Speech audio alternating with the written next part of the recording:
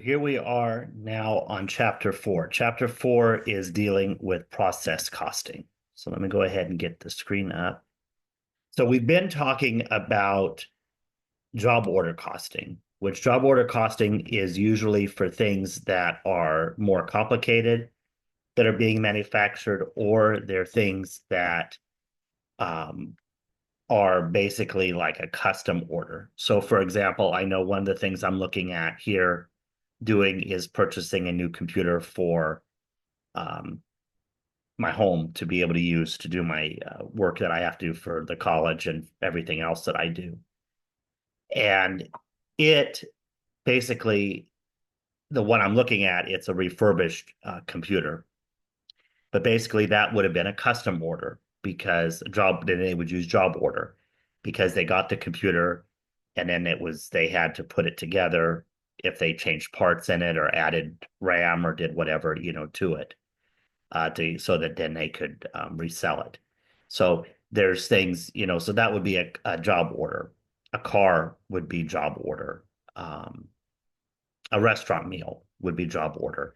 But what we're speaking about now is process costing. And some of the things that might use process costing are things that um, are pretty much the same or they're identical. So, for example, uh, oil and gas production would use process costing because it's all pretty much identical. So we'll take a look at this in more detail. So again, similarities between job order costing and process costing. And what this is that managers need to assign costs to products in order to facilitate external financial reporting and internal decision making. And so we're looking at absorption cost approach in order to calculate product costs known as process costing. So again, some similarities between both job order and process costing is that both systems will assign the material, labor, and overhead costs to products, and they provide a mechanism for computing unit product costs. Both systems use the same manufacturing accounts, so it would still including raw materials, work in progress, manufacturing overhead, and finished goods. The flow of costs through the manufacturing accounts is basically going to be the same in either system, so either job order or process. But some things that are a little bit different, as uh, I mentioned a little bit already, is that process costing is used when a single product is produced on a continuing basis or for a long period of time. So, for example, working in like the petrochemical industry, making gasoline, that's a process that you don't just stop. It's one that goes and it goes pretty much continual process. So then they would use process costing. Because what they do, believe it or not, you don't know this, but what they might do, how they get the different grades of gas, if you've ever wondered that, you have regular and then mid-grade and then premium, is it's just the additives that get added to it before it gets taken to the station. But everything else is identical. So for something like that, it would be process costing. But job order costing is used when many different jobs have different production requirements are worked on in each period. So again, like I mentioned with uh, the computer that I'm looking at purchasing, this company, they probably buy a lot of off-lease computers from a lot of different places, schools, government, banks, all kinds of places like that. But they all are slightly different, and then they have different packages of how they do it. So, like the one I'm getting comes with a monitor, comes with a keyboard and a mouse. There's some that maybe they just sell the tower to, and then also different configurations in terms of amount of storage and the amount of RAM. And so they are different in that, but they all, work on, rebuilding these computers, but they all are slightly different in how they're configured and how they're put together so that they can sell them. Process costing systems accumulate costs by department and assign them uniformly to all units produced during the period. So costs are allocated to the department in process costing. Job order costing a system allocates those costs to the individual jobs. So a process goes to that department, job order goes to that particular job. Process costing systems compute unit costs by department, um, and job order. Okay, basically the same thing. They job order costing compute it on uh, the job cost sheet. So again, quick check is process costing used for products that are what? That are different and produced continually, similar produced continually, individual products produced to customer spec or purchased from vendors. What one do you think it would be? It would be B. They're similar and they're produced continually. So again, a lot of things like petrochemical production, paint, which I guess is a petrochemical, but paint would be an example where maybe the color is changed, but everything else is the same. But actually, a lot of that the color's put in when it's purchased. Things like I know this morning I had a bowl of cereal. So cereal would be a process. It's the same kind of cereal. So they have one line that runs this whatever cereal it was that I had that had the almonds and kind of granola type cereal. They ran all that on one line. So they may run one maybe that's a little bit different, but it's still a similar type product. So they might do that. I think what else might be process costing. So anything, the milk would be another one. And I don't need lactate, but the missus does, and so I just buy lactate milk. That would be an example of process costing. Same thing, because again, we take the milk, they run it through whatever process it is in order to remove the lactose, but it's the same product. Okay, so that would be an example of process costing. Okay, so processing departments. Processing departments are an organizational unit where materials, labor, and overhead costs are added to the product. The activity performed in a processing department is performed uniformly on all of the units that are passing through. Furthermore, the output of the process department must be homogeneous. That means it's all going to be the same. So the output is all going to be the same. So they're all making one same product. Products in a process costing environment typically flow in a sequence from one department to the other. So it's going to automatically go from one department into the other. So from production maybe into packaging. Okay. So the flow of materials into a flow of materials, labor, and overhead. So the flow of costs through the manufacturing accounts are basically the same for process and job order costing. So you have direct materials, direct labor, and manufacturing overhead are added to the work in progress inventory. When work in progress is completed, the costs are transferred to finished goods. When finished goods are sold, the costs are transferred to the cost of goods sold. Nevertheless, there is a key fundamental difference between these costing, between process cost and job order costing systems.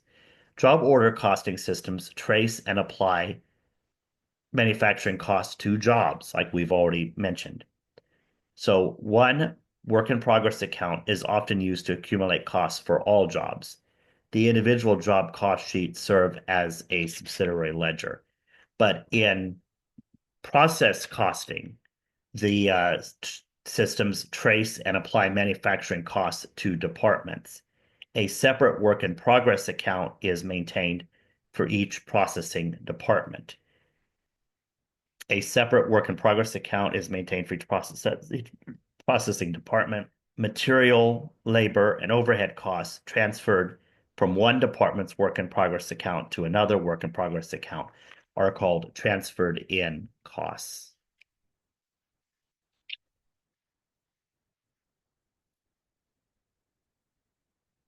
Okay. So T account and journal entry view of process flow. For purposes of this example, assume that there are two processing departments, A and B. And the journal entries for job order and process costing are similar, with the exception that the specific work in progress account for each department under process costing. So under process costing, you're going to have a specific work in progress for each specific department rather than just using one global work in progress. So we have the flow of raw materials, and we see here that direct material costs get debited to the appropriate departmental work in progress account, depending upon whether the materials were added at where they were added at the production process. The raw materials account is credited for the corresponding amounts, and we see that here, the line connecting. And remember that our debits have to equal our credits. So we see here raw materials gets credited. It's going to be the sum of what went to each department. Okay, so if we look at it then as a journal entry, we see that debit the respective departmental work in progress account, and then we can credit the raw materials. Okay. When we take raw materials out of the storeroom and we add them to our process. And then also how do we handle labor? So direct labor costs are debited to the appropriate departmental work in progress account, depending upon where the labor was added to the production process. Salaries and wages payable is credited in the corresponding amount. So you're going to have the amount of direct labor allocated to each department as a debit, and then we would credit the salaries and wages payable for that.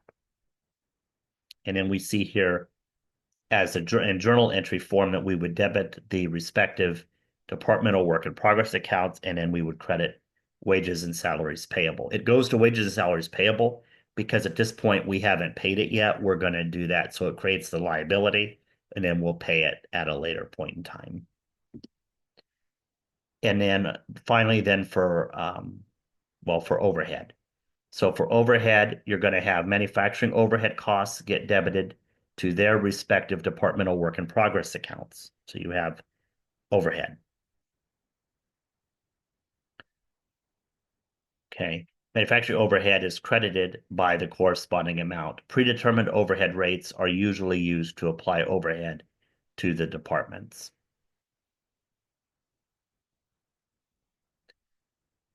And then in journal entry form, we would debit the appropriate departmental work in progress account and credit the manufacturing overhead. And then to move partially completed units transferred from Department A then into Department B.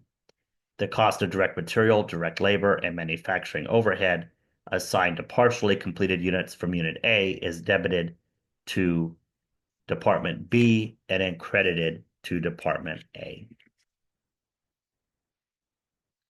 And then we see here in journal entry form how we would be able to do that. So the transferred in cost from Department A is added to the manufacturing cost incurred in Department B. In a journal entry form, we have the debit work in progress, Department B, and then we would credit work in progress for Department A. Okay.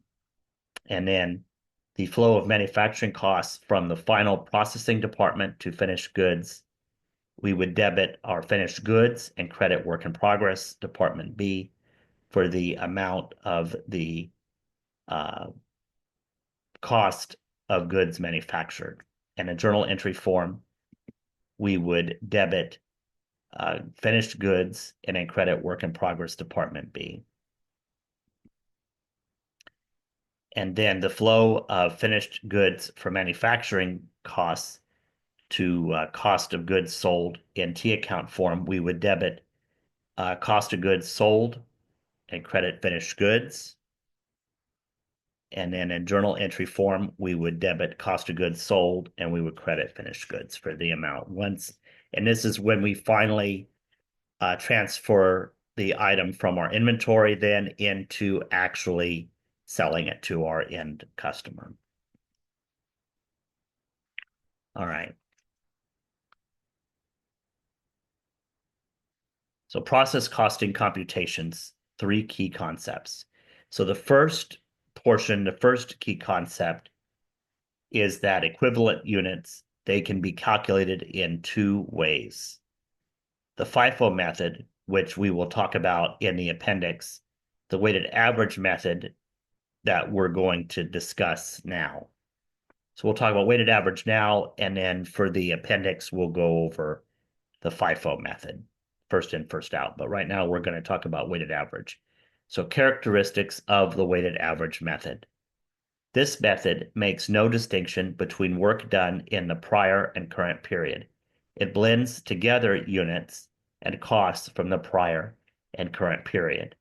The equivalent units of production for a department are the number of units transferred to the next department or finished goods, plus the equivalent units in the department's ending work in progress inventory. And in dealing with conversion costs. So direct labor costs are often small in comparison to other product costs in the process costing system. So generally, our labor is going to be in this process costing, the labor would be the least impact to us. Therefore, direct labor and manufacturing overhead are often combined into one classification of product cost called conservation cost.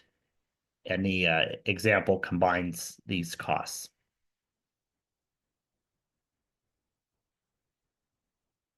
Concept 3, which is the equivalent units. Equivalent units are defined as the product of the number of partially completed units and a percentage completion of those units. So multiplying figures, we can work that out.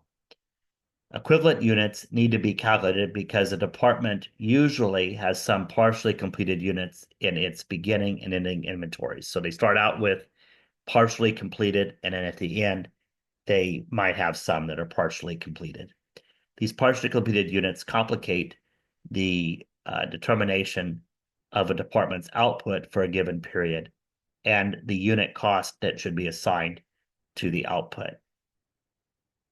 And again, the equivalent units simply restate the ending work in progress inventory as if it were comprised of a smaller number of fully completed units. So it's determining how much of it is fully completed. Okay, so we see that equivalent units is the number of partially completed units multiplied by the percentage of completion. So we could say that two half completed products would comprise one whole product. That's what the idea is. So if you had two half products together, they would mean it's one whole product.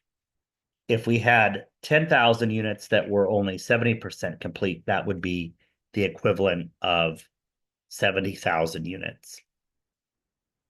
Or excuse me, 7,000 units. So let's do a quick check here. So for the current period, Jones started 15,000 units and completed 10,000 units, meaning that there were 5,000 units in process, 30% complete. How many equivalent units? Well, you're going to multiply and determine that. So the number of units that were produced, number of partially completed units times the percentage. So it would be 5,000 in process or 10,000. So 10,000 or how many units did of production. So you have the 10,000 units that they completed, and then the 5,000 that were left times 30%. So they actually completed 11,500 units. Okay. So weighted average method example. So assume that the Smith Company's assembly department reported activity for June as shown in this slide. Okay.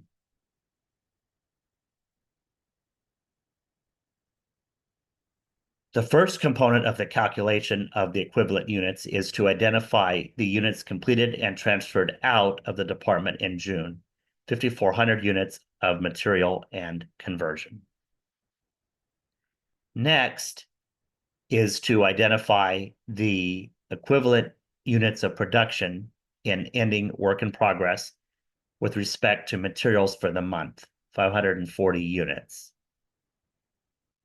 and adding this to the 5,400 units from step one. So these are the equivalent units then that were not quite completed.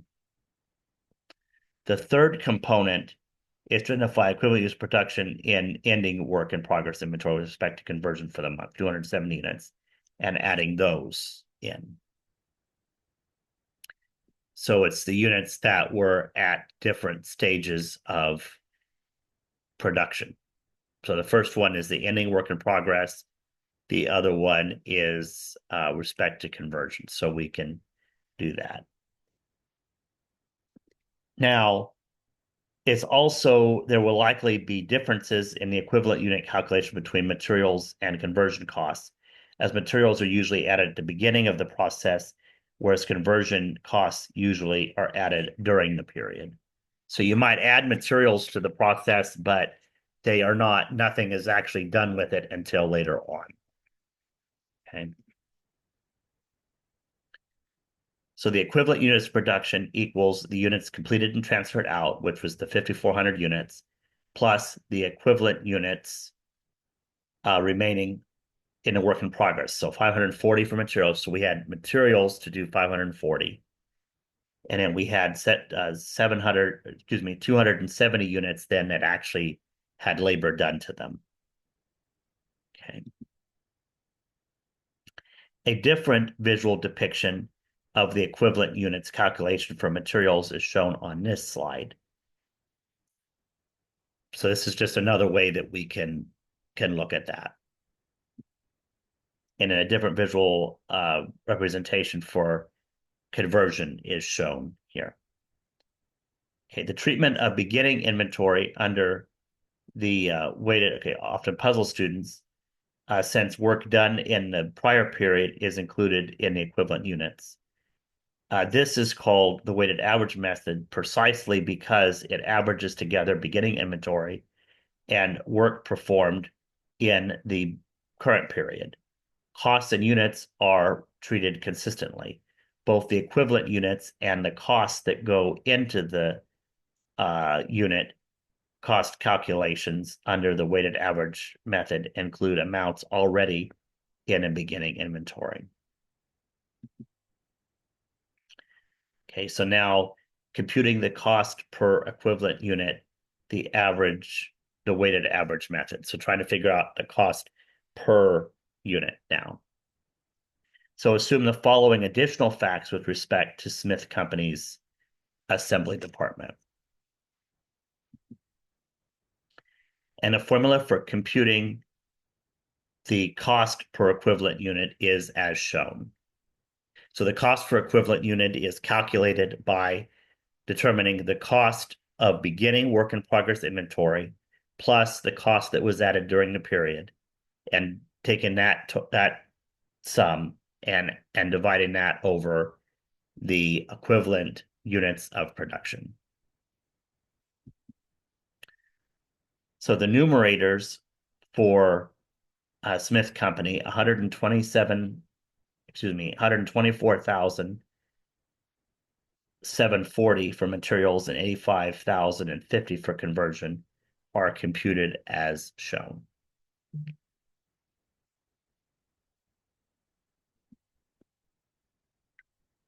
The cost per equivalent unit for materials is $21, and conversion 15 is computed as shown. The equivalent units of production, 5,940 for materials and 5,670 for conversion, were computed in the previous slide. So we see here, if you do that, how they would do that. So the work in progress, and then again, the cost that was added, and then taking the cost and dividing it by the number of equivalent units. And that's how you're going to get the cost per unit for materials and then conversion, which includes labor and overhead. So the next step then is to assign cost to units using the weighted average. Okay.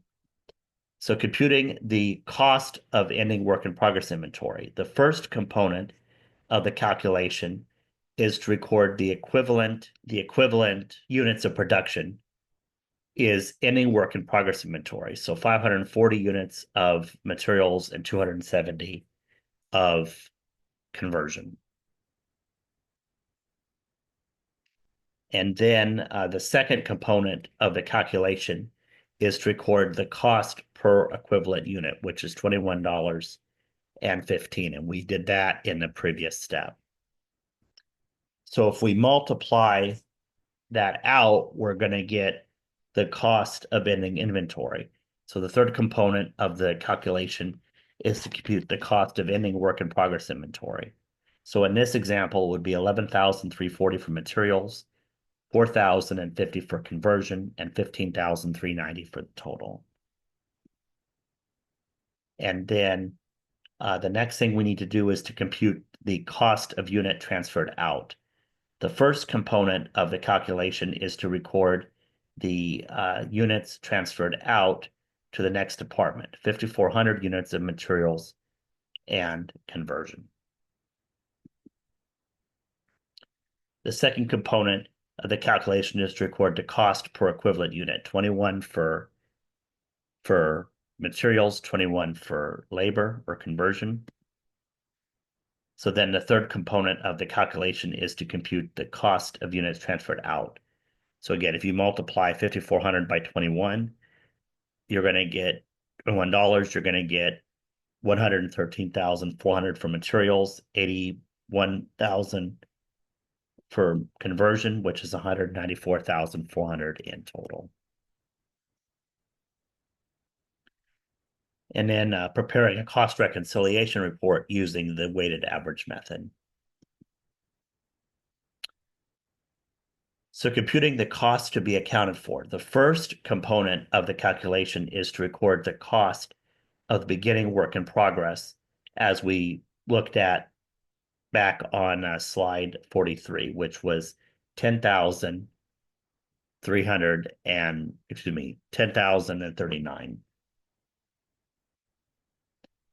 And then the second component of the calculation is to record the costs added to production during the period as shown in slide 43, which is 199,751. And that's what we just, no, that wasn't what we just did.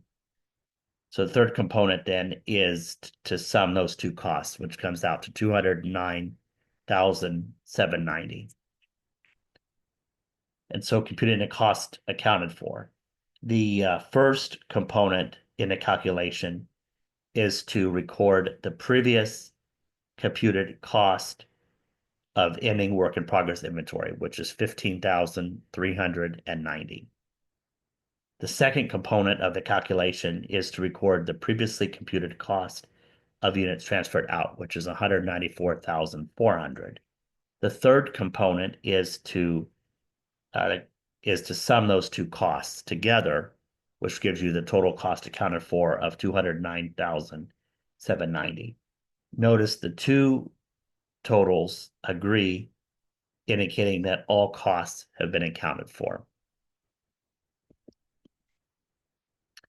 All right. Operation costing is a hybrid of job order and process costing because it possesses the attributes of both approaches. Operation costing is commonly used when batches of many different products pass through the same processing departments. For example, similar to job order costing, a shoe manufacturer may charge each batch of shoes for its own specific material cost. So because they may be making different kinds of shoes. So for example, shoes made of expensive leather would be charged accordingly, as would shoes made from inexpensive synthetic materials. Similar to process costing, the shoe manufacturer would accumulate the labor and overhead costs by department and assign the same conversion cost per unit to each shoe, regardless of shoe style. So they could also do that as well.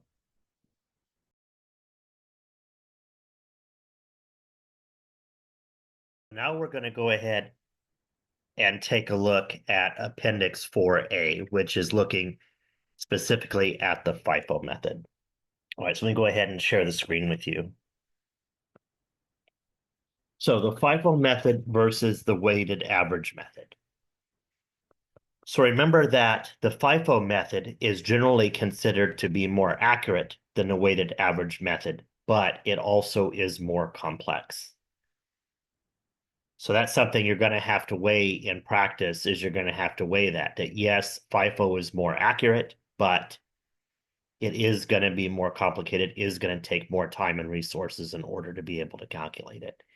The FIFO method calculates unit costs using only the costs and outputs from the current period, whereas the weighted average method calculates unit costs using costs and outputs from the current and from prior periods. And it says we will organize our explanation using the same four-step process that we used when we were going over the weighted average method. So let's revisit the Smith Company example that we used to illustrate the weighted average method. So we're going to use the same information. We're just applying it now to this. So assume the following activity, as shown on this slide, is reported in the assembly department for the month of June. Okay, so we see here that they had work in progress on June 1st of 300 units. And of that, 40% of it was completed in terms of materials, and 20% actually in labor and overhead. And then they had 6,000 units that were started into production in June, 5,400 units that were completed and transferred out of Department A during June, and then work in progress of on June the 30th of 900 units, which 60% were completed on materials and 30% for conversion. So step one then is to compute the equivalent units of production. And so in order to do that, we're going to take, and this would be for the units that were in our beginning work in progress inventory. So again, figuring out the equivalent units, you have a production. So you want to figure out, and these were the units that were done previously. So to figure that out, you're going to take that we're at our beginning work in progress. So we had, for materials, we had 300 units, but we want to times it by 100 minus 40, and that would give you what would need to be completed, which is 180. And then for the conversion, 300 units times 100% minus 20% is 240. Okay. Then what we can do is we can add the units that were started and completed during the period, which they told us there were 5,100 units.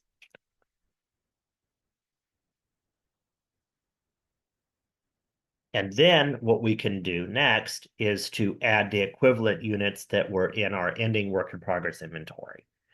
So again, our ending work in progress, we had 900 units that were 60% complete in terms of materials, so 540, and then 900 units that were complete in terms of 30% of conversion. So that's 270.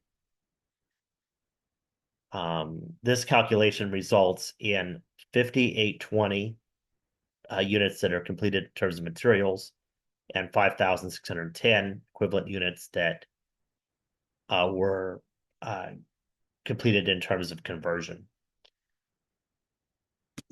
Okay, so a different visual depiction of the calculation of equivalent units with respect to materials, we can see here how they did that. And then also in terms of conversion, how they did that.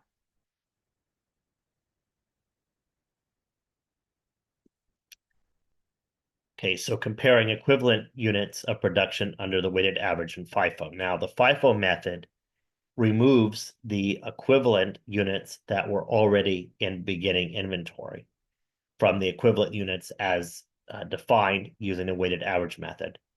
Thus, the FIFO method isolates the equivalent units due to work performed during the current period.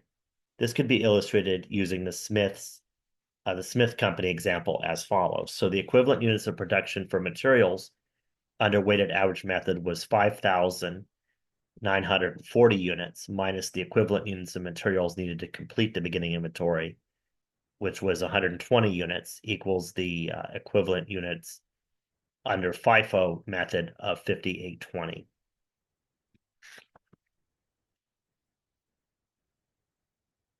Now, the equivalent units of production for conversion under the weighted average method, which was 5,670 units, minus the equivalent units of conversion needed to complete the beginning inventory, which was 60 units, equals the equivalent units of production under the FIFO method, which was 5,600. So one thing to note here is that the only difference in the equivalent unit calculations between the weighted average and the FIFO methods is the treatment of the equivalent units of production in the beginning inventory. So again, the FIFO method removes the equivalent units that were already in beginning inventory from the equivalent units of production as defined using the weighted average method. The weighted average method blends together the equivalent units already in beginning inventory with the work in progress in the current period. All right. So now recall the following facts with respect to their assembly department. So again, that they had work in progress inventory of 300 units.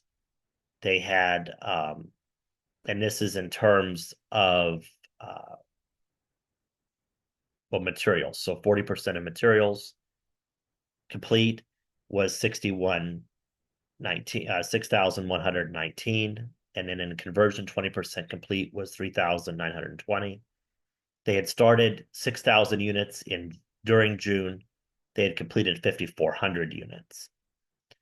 And then the cost of production, materials cost was 118,621. Conversion cost was 81,130.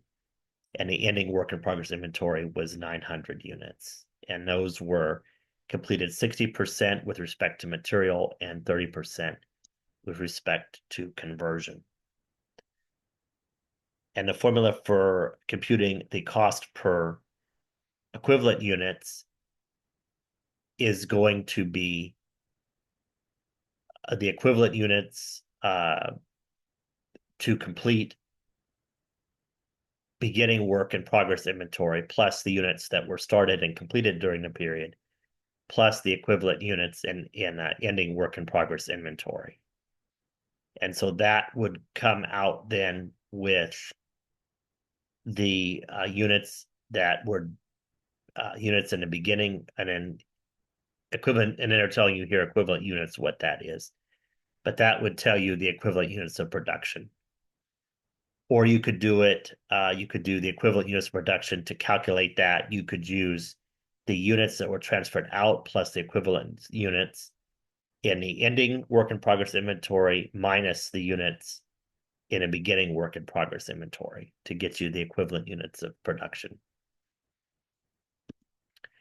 So based upon this, the cost per equivalent unit for materials, which is 20.3816 and conversion 14.4 4617, we see that. So how they're going to calculate that. So they're going to take the costs that were added during the month, divide by the equivalent units, and that's how you're going to get the cost. So then the cost, and then just add them up. So you have for materials and then for conversion. So to figure out per unit, you're going to add up both of those two numbers.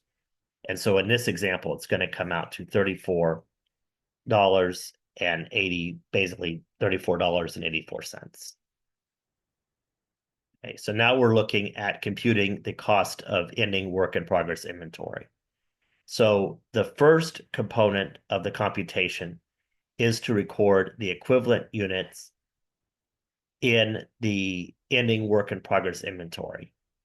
So we had 540 units of materials and 270 in conversion that were in the ending work in progress inventory. And you see there in the green how they did that. So the second component of the computation is to record the cost per equivalent unit, which we calculated previously. So $20 so 20.3816 for materials and 14.4617 for conversion. So then what you can do is multiply that out, and you're going to come up with the cost of the ending work in progress inventory, which in this example is $11,006 for materials and $3,905 for conversion. And if we add those up, we get a total of $14,911. So computing the cost of the units that were transferred out. So the first component of the computation is to record the cost in beginning work in progress inventory. And so for that is the 6,119, 3,920. So that's 10,039. And then the second component is the computation to compute the cost to complete the units in work in progress inventory. So the first component of this computation is to record the equivalent units needed to complete the beginning inventory, which would be 180 units for materials and 240 units for conversion. And then the second component of this computation is to record the cost per equivalent unit, which we calculated previously. And if you multiply the numbers together, you're going to get, in this example, 3,669 for materials, 3,471 for conversion, for a total of 7,140. And then the third component of the computation is to record the units that were started and that were completed in the period, which is 5,100 for materials, 5,100 for conversion, because they were completely done at this point. And then you have the same costs per unit, equivalent unit. And so if you multiply, you can get 103,946 for materials, 73,755 for conversion, or 177,710. Our final computation then is to go ahead and add up all of the totals to get how many units were transferred out during the month of June. And if we do that, add up all three of those numbers, 10,039, 7,140, and 177,701, you're going to come out with a total of 194,880. And that's what was transferred out of that department. And then to go ahead and do the reconciliation is we have costs that we need to account for. So the first step is to record the cost of beginning work in progress as shown earlier, which was 10,039. The second step is to record the costs added to the production during the period as shown, which is 199,751. And the third step is to sum those two costs, which is going to come out to 209,790.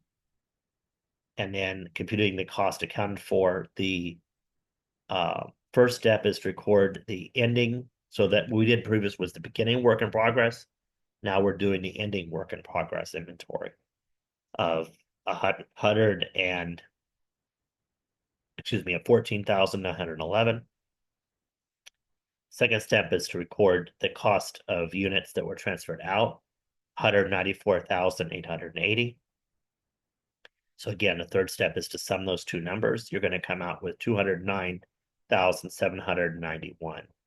Now, you'll notice that those numbers agree, except that there's a $1 rounding error due to how that number before the cost per unit was done. But basically, it's within that so we know all of the costs have been accounted for. Now, in most situations, so the comparison of both of these methods, in most situations, the weighted average and FIFO methods would produce very similar unit costs, particularly in a lean production environment. You're going to say, well, Professor Abbott, what is a lean manufacturing environment? A lean manufacturing environment is one in which they work very hard to reduce waste. And again, waste can come from a lot of different aspects. You want to have your assembly line to work very efficiently, so you're not moving products from one area to the other needlessly, or having tools nearby to work with. The other aspect is making sure that you're not having a lot of defects. So elimination of defects, making sure that you're utilizing materials properly, all of those things. So in a lean manufacturing environment, either method is going to work out pretty much the same way.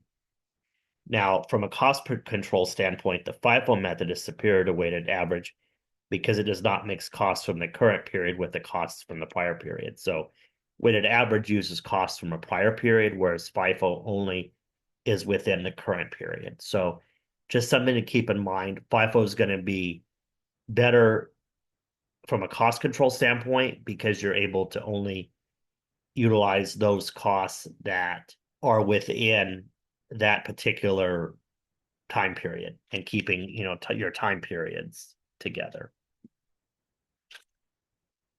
Oh, one other thing of note is that the only difference between the FIFO and the weighted average method approaches is that the treatment of units in the beginning inventory and the costs of beginning inventory. In essence, the weighted average approach simply combines the units in beginning inventory and the costs of beginning inventory with all of the other units and all costs incurred during the period. The FIFO method segregates the beginning inventory, providing that the number of units transferred out is at least as large as the number of units in beginning inventory. The costs already in beginning inventory are simply transferred out under the FIFO method.